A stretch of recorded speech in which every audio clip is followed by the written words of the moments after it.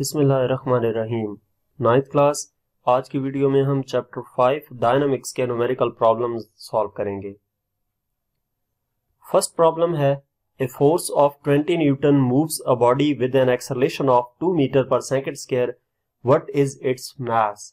एक बॉडी है जिसके ऊपर फोर्स अप्लाई हो रही है 20 न्यूटन की, और उस बॉडी में इस फोर्स की वजह से जो एक्सेलरेशन प्रोड्यूस होता है वो 2 मीटर पर सेकंड स्क्वायर का है। तो उस बॉडी का हमने मास कैलकुलेट करना है। तो सबसे पहले इस स्टेटमेंट की मदद से हम डाटा नोट करते हैं। डाटा में सबसे पहले क्या गिवन है, force F equal to 20 newton moves a body with an acceleration A 2 metre per second square का है। What is its mass M calculate करना है। तो इसका सोल्यूशन देखते हैं। हमारे पास Newton second law of motion F equal to ma use होगा। F इक्वल टू ma में से m कैलकुलेट करना है तो a इधर आकर डिवाइड हो जाएगा, यानी कि m इक्वल हो जाएगा F ओवर a के।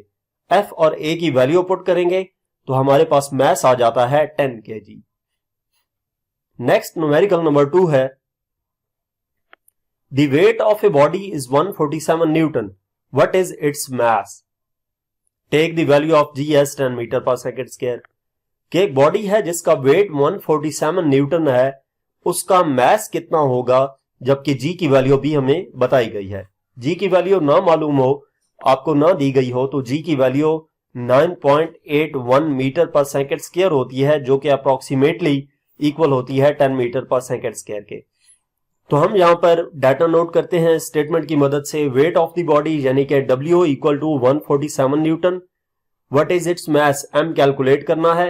जी की value 10 metre per second square है। तो इसका सोल्यूशन देखते हैं। यहां पे वेट का फार्मूला अप्लाई होगा, W इक्वल टू mg। इसमें से M कैलकुलेट करना है, G इधर जाकर डिवाइड हो जाएगा, यानी कि M इक्वल आ जाएगा W डिवाइडेड बाय G के। W और G की वैल्यू पुट करते हैं तो हमारे पास आंसर आ जाता है 14.7 kg। मास का यूनिट kg। नेक्स्ट हमारे पास न्यूमेरिकल नंबर 3 है, how much force is needed to prevent a body of mass 10 kg from falling. के एक बॉडी है जिसका मास 10 kg है, उसको फॉल करने से बचाने के लिए हमें कितनी फोर्स अप्लाई करनी पड़ेगी। तो डाटा इसकी मदद से नोट करें। How much force is needed, F calculate करना है to prevent a body of mass M 10 kg। इसका सोल्यूशन देखते हैं। अब इस ऑब्जेक्ट को डाउनवर्ड कितनी फोर्स अप्लाई किया जा रहा है, फॉल कर रहा है ना, फॉल करते हुए इसके ऊपर ग्रेविटेशनल अप्लाई हो रही है, ग्रेविटेशनल फोर्स यानी कि ग्रेविटेशनल एक्सेलरेशन। ग्रेविटी जो ग्रेविटेशनल पुल है वो ऑब्जेक्ट के वेट की इक्वल होती है, तो यहां पे जो फोर्स है वो वेट की इक्वल होगी। तो हम वेट का फॉर्मूला अप्लाई करेंगे, यानी कि F इक्वल टू W, जो फोर्स है इसके वेट की इक्वल है, और वेट इक्वल होता है mg के। तो इसमें वैल्यूज पुट कर देंगे। F इक्वल आ जाएगा, M हमारे पास 10 है, G की वैल्यू 9.8 है, मल्टीप्लाई करेंगे तो फोर्स आ जाती है 98 न्यूटन।